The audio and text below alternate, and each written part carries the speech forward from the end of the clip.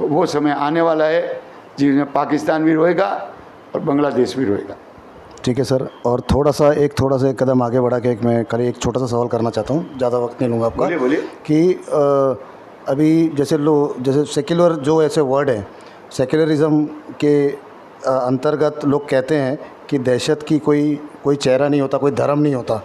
और भिड़े गुरुजी ने अभी शायद कुछ स्टेटमेंट भी दिए हैं कि दहशत का कोई धर्म नहीं होता, ठीक है ना। ऐसी आतंकवादी गतिविधियों का इसके पीछे जो भी चेहरे हैं उनका कोई धर्म नहीं होता। पर ऐसे जो भी जहाँ ऐसी हरकतें होती हैं उसमें वो इस्लामिक चेहरा सामने क्यों आता है, एक मुसलमान सामने क्यों आता है, इस पर आप क्या कहना चाहेंगे? एक बात तो है, मैं ये कहना नहीं चाहूँगा, मेरे दोस्त भी बहुत मुस्लिम हैं, मेरे एरिया में भी कॉन्स्टिट्यूंसी में भी बहुत मुस्लिम है। मैं उनके साथ बैठता हूँ, मिलता हूँ, उनके कार्यक्रमों में जाता हूँ। ये बात तो सही है कि सारे मुस्लिम आतंकवादी नहीं हैं, पर डंके की चोट पे ये बात तो भी सही है कि जितने आतंकवादी वो सारे मुसलमान हैं। इसका मायने क्या है? भिड़े जी ने कहा हो या और किसी ने कहा हो, जो इस्लाम का चेहरा, आप देखिए इजराइल में उन्होंने जाके 5,000 लोगों को आधी रात को मार दिया जो खेल रहे थे तमाशे।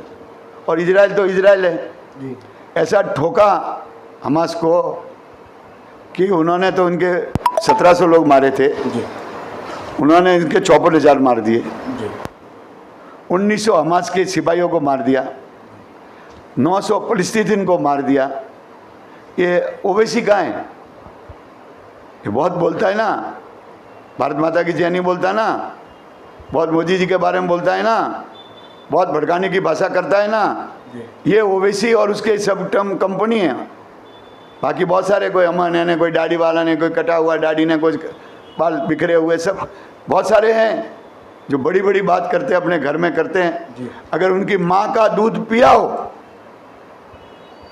अगर ओवैसी और ओवैसी जैसे लोगों ने अपनी माँ का दूध पिया हो तो डेमोक्रेटिक कंट्री का फ़ायदा उठा के खाना इधर और बजाना पाकिस्तान का, खाना यहाँ बजाना पाकिस्तान का, गाना यहाँ बजाना पाकिस्तान का, रहना यहाँ गंदगी फैलाना और पाकिस्तान की वाह वाह करने। उनकी माँ का दूध पिया है तो जाए इजराइल के सामने, हमास के मदद में जाए। तुम हैदराबाद में और एयर कंडीशन में हॉल में मीटिंग लेके चिल्लाता है ना, ओवैसी थोड़ी बहुत भी अगर शर्म बची हो ना तो झुको, हमास के साथ खड़ा हुआ वहां, लेके जा चारे चेरे चमचों को, लेके जा पाकिस्तानी आतंकवादियों को। और मैं पाकिस्तान के सेना के चीफ को भी कहना चाहता हूँ, तूने अभी दूध पिया है ना, हंसते खेलते खेलते बगीचे में खेल रहे थे निरपराध लोग जो बेचारे शादी करके आए थे और हंस रहे थे, खेल रहे थे, आइसक्रीम खा रहे थे, भेलपूरी खा रहे थे, कश्मीर को इकोनॉमी सुधार रहे थे, उनको मारा। अरे बेशरम, जाना यूटी के लोग जो मारे जा रहे हैं, अमेरिका ठोक ठोक के रोज मार रहा है, इजराइल ठोक ठोक के फलस्तीन को मार रहा है, ठोक ठोक के हमास को मार रहा है। फिर वहाँ कहाँ गई एकता? मुर्शिदाबाद में निरपराध लोगों को जला घर जला रहे हो। मैं ये कहना चाहता हूँ, पाकिस्तान बेशरम देश है, बेशरम व्यवस्था है, भूखे मर रहे हैं पर हिंदुस्तान के प्रति जहर उगलते हैं।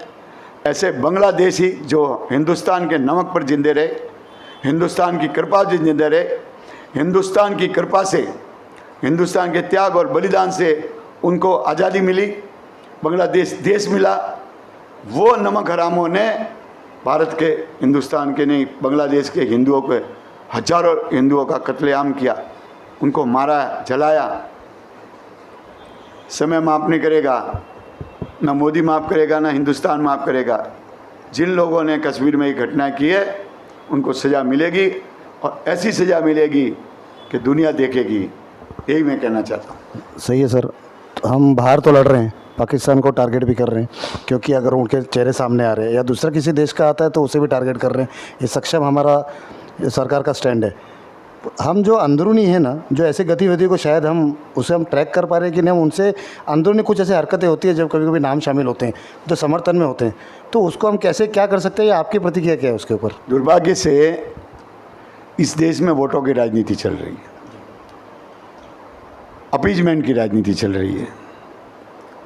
आज यहाँ हिंदू भरा है कश्मीर में, आज सारे विरोधी पार्टियाँ, कांग्रेस हो,